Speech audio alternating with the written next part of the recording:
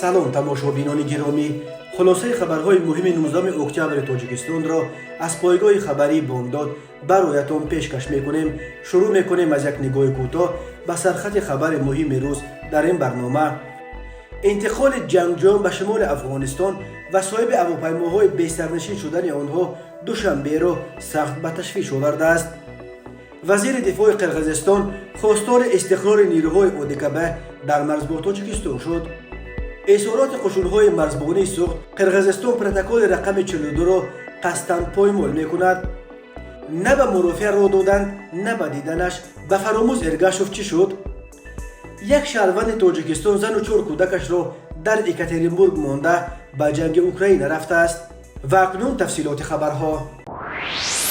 мақомоти тоҷикистон маълумот дар бораи ба вилоятҳои бо тоҷикистон аз марзи шимол ва шарқи афғонистон интиқол дода шудани ҷангҷӯён ва бо силоҳҳои муосир ҳатто бо ҳавопаймоҳои бесарнишин мусаллаҳ шудани онҳо сахт ба ташвиш овардааст.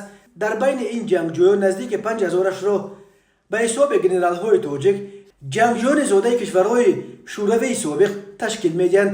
дар душанбе мегӯянд ин ҷангҷӯён аз урдуи қаблии давлати афғонистон яроқу аслиҳаи зиёди муосир ҳатто ҳавопаймоҳои бесарнишин ба даст оварданд. мақомоти қудратии тоҷикистон аз кишварҳои ҷаҳон барои ҳимояти 1425 километр марзи ин кишвар бо афғонистон ки ба рудхонаҳои панҷу омӯ мегузарад ва аксари манотиқаш релефи мураккаби кӯҳистон ва душвор ҳимоя дорад, кӯмаки ҳарбӣ аз ҷумла ҳавопаймоҳои бесарнишин хостанд. ин ҳама баёнияҳо рӯзи 19 октябр соли 2022 дар рӯзи дуюм ва ниҳоии анҷумани марбут ба масоили ҳифзи сарҳадот ва мубориза бо терроризм ки дар душанбе мегузарад садо доданд.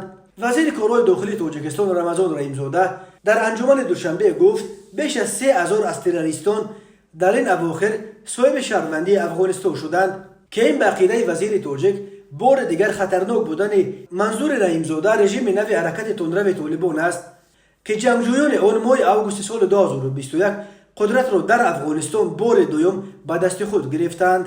анҷумани байналмилалии сатҳи баланд таҳти унвони ҳамкории байналмилалӣ ва минтақавӣ оид ба амният ва мудирияти сарҳад ҷиҳати муқовимат ба терроризм ва пешгирӣ аз он дар душанбе дар рӯзҳои 18 ва 19 октябр доир шуд.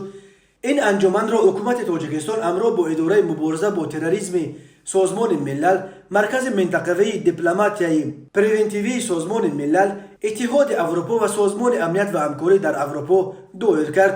дар ин анҷуман вазирон, намояндагони чандин кишвар, сохторҳои созмони милал ва дигар созмонҳои байналмилалию минтақавӣ, намояндагони ҷомеаи шаҳрвандӣ ва коршиносони масоили амнияти марзҳо иштирок карданд. вазири мудофиаи Қирғизистон Бахтибек Бекболтов рӯзи 19 октябри соли 2022 дар нишасти хабарияш дар Бишкек гуфт истиқрори нирӯҳои ҳомии сулҳи ОДКБ дар марзи Қирғизистон бо Тоҷикистонро пешниҳод кардааст. генерал Бекболтов гуфт ин нирӯҳо метавонанд риояи оташбасро зери назорат гирифта, ҳамчунин нагузоранд ки ҷонибҳо техникаву нирӯҳои иловагиро ба марз интиқол диҳанд. вазири қирғиз гуфт ҳам тоҷикҳо ва ҳам қирғизҳо ҳар кадом ҳақиқати худро доранд ва ина қариб як аср боз ҳеҷ ба ифоқа омадан наметавонанд. Бекболтов гуфт барои ба ифоқа овардани ду ҷониб қозии бетараф лозим аст. ба ақидаи ӯ чунин нақшро байни Душанбе ва Бишкек метавонад ОДКБ иҷро кунад. Бахтибек Бекболтов гуфт чанде пеш ман бо дабири кулли ОДКБ Станислав Засфо хӯрдам. ман гуфтам ки байни қирғизҳо ва тоҷикҳо сулҳ намешавад. қирғизҳо ҳақиқати худро доранд ва тоҷикҳо ҳақиқати худашро ва то вақте ки байни мо як қозии бетараф наистад сулҳ намешавад. барои мисол як нирӯи хурди ОДКБ дар қитъаҳои баҳсии марз гузошта шавад то ки чанд вазифаро иҷро кунад: назорати оташбас ва берун кашидани техникаи вазнин аз марзи давлатӣ. сипас метавон масоили сиёсӣ марбут ба аломатгузории марзи давлатиро ҳал кард. ин аҳвол 30 сол не 98 сол идома дорад. мақомоти расмии Тоҷикистон ҳанӯз ин изҳоротро шарҳ надоданд. қаблан дабири шӯрои амнияти Қирғизистон Марат Имонқулов гуфт ки президенти Қирғизистон Содир Ҷаборов рӯзи 14 октябр дар Остона дар мулоқоти сегонаи президентҳои Русия ва Тоҷикистону Қирғизистон ки бо ташаббуси Владимир Путин доир шуд, ба Русия пешниҳод кардааст ки برای حل مشکلات مرزی بین دوشنبه و بیشکک میان رفت شود. روز 8 اکتبر در دوشنبه پرزیدنت تاجیکستان امامعلی رحمون نیز با دبیر کل اودکب استانیسلاو زاس ملاقات داشت. خدمات مطبوعات پرزیدنت تاجیکستان خبر داد که در رفت ملاقات مسئله های همکاری های تاجیکستان در چارچوبه سازمان عهدنامه امنیت دست جمعی، وظیفه های امروزه سازمان، اینچنین موضوع های مبرم روزنامه منطقوی و بین المللی بررسی گردیدند.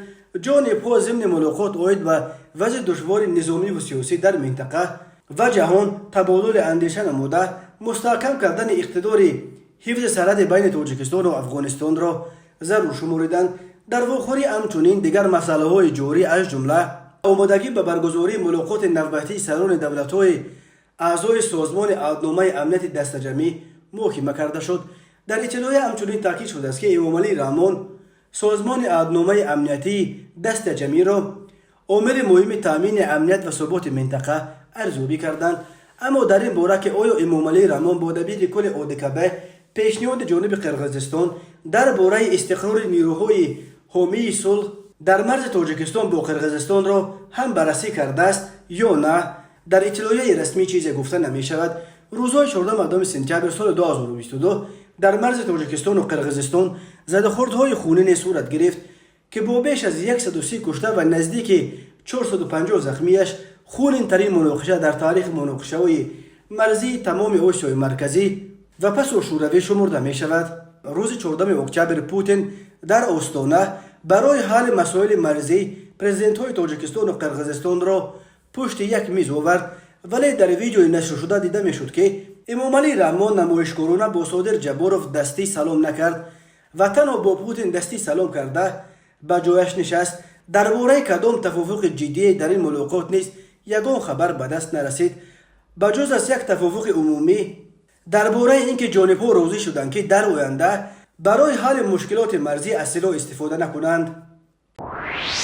ریاست قشون‌های مرزبانی کمیته دولتی امنیت ملی تاجیکستان در ولایت سوخت روز 19 اکتبر سال 2022 با نشر یک اظهارات و عکس‌های زیاد اظهار داشت که برخلاف توافقات به دست آمده و پروتکل رقم 42 از 25 سپتامبر سال 2022 درج شده، جانب قرقیزستان دیده و دانسته دست به اقدام‌های زده ایستاده است که هدفش ایجاد تنش و ناآرام در مناطق مرزی بین دو کشور است.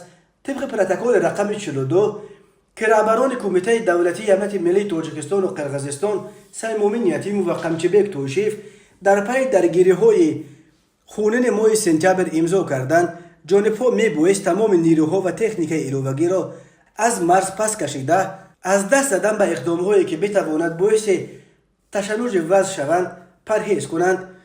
زده‌خوردهای خونین روزهای 14 سپتامبر سال 2022 در مرز تاجیکستان و قرقیزستان با بیش از 130 کشته و نزدیک 450 زخمیش خونین ترین مناقشه در تاریخ مناقشه‌های مرزی تمام آسیای مرکزی در دوران پس از سقوط شوروی شمرده می شوند.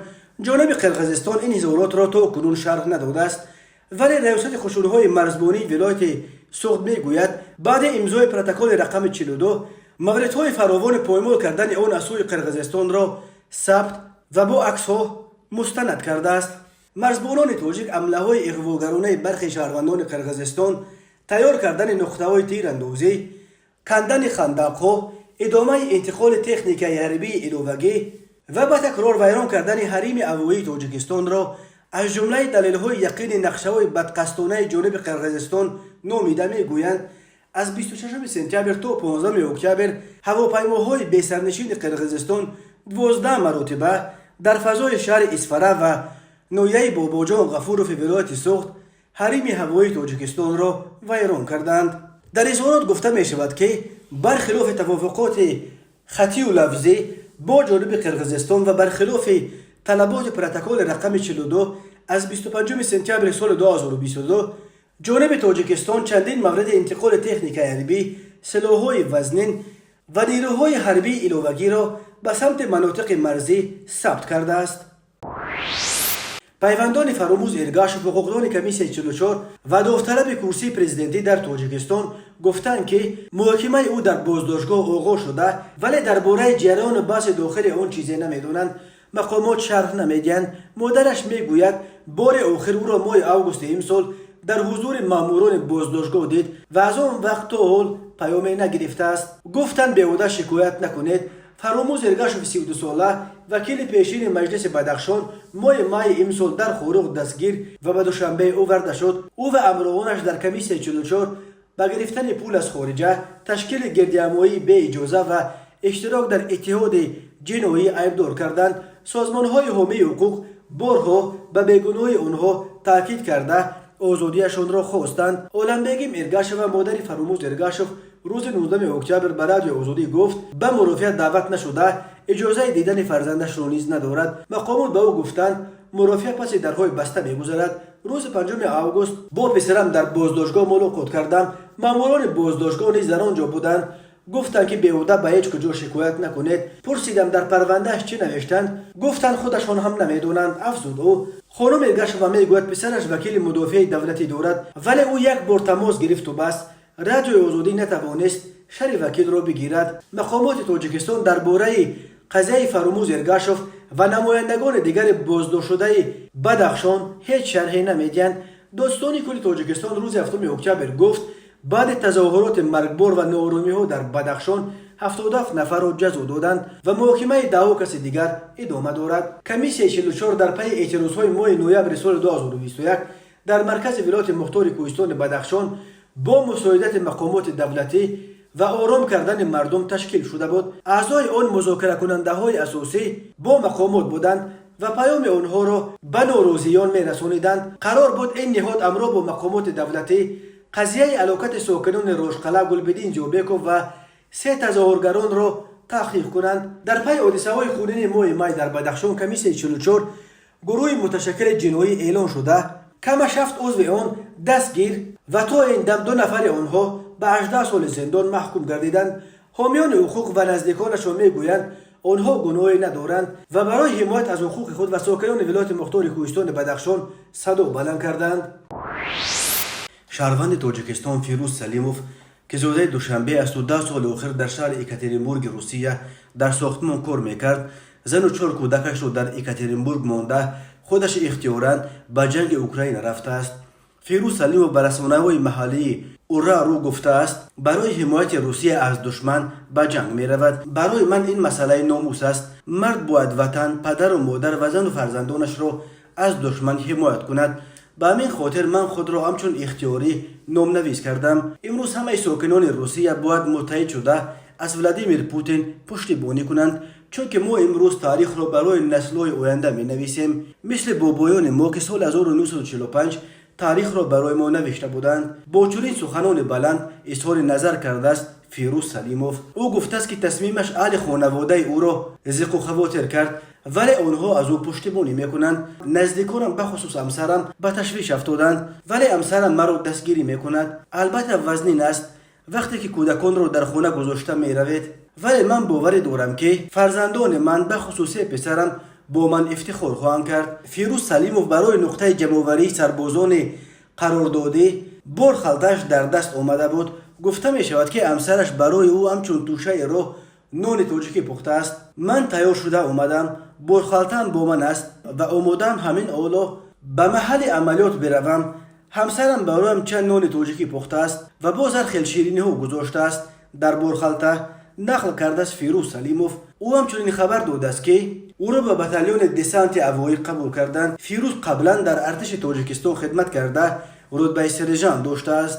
21 سپتامبر سال 2022 پرزیدنت روسیه ولادیمیر پوتین در پی کمبود شدید نیرو روبرو شدن و مجبور به عقب نشینی شدن ارتش کشورش در جنگ اوکراین فرمان درباره بسیج سازی یا موبیلیزاسیون به صف قوه‌های مسلح این کشور را امضا کرد. یک روز از آن پیش دومای دولتی روسیه قانونی را قبول کرده بود که بر اساس آن شهروندان خارجی علاقه بعد 1 سال امضای قرارداد برای خدمت در صف ارتش این کشور می توانند صاحب شهروندی روسیه شوند.